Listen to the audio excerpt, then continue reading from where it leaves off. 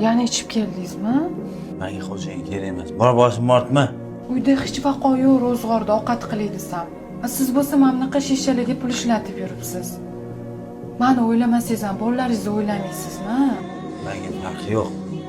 Men ovqatlanmasdan ham yashayveraman. Yuraveraman.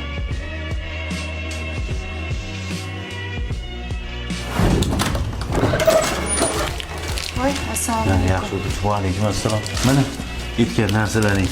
Sal kamroq oldim. Pulni sal tejab ishlatmasak bo'lmayapti. Tejaming nima qilman, dadasi?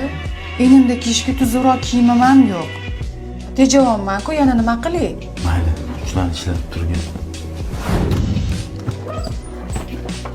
Assalomu alaykum. Va alaykum assalom. Voy bu, bozorni ko'chirib keldingizmi?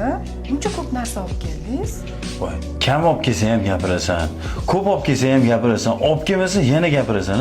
Va ayol zotiga nima yoqadi o'zi, ha? Ayollar qachon rozi bo'ladi o'zi?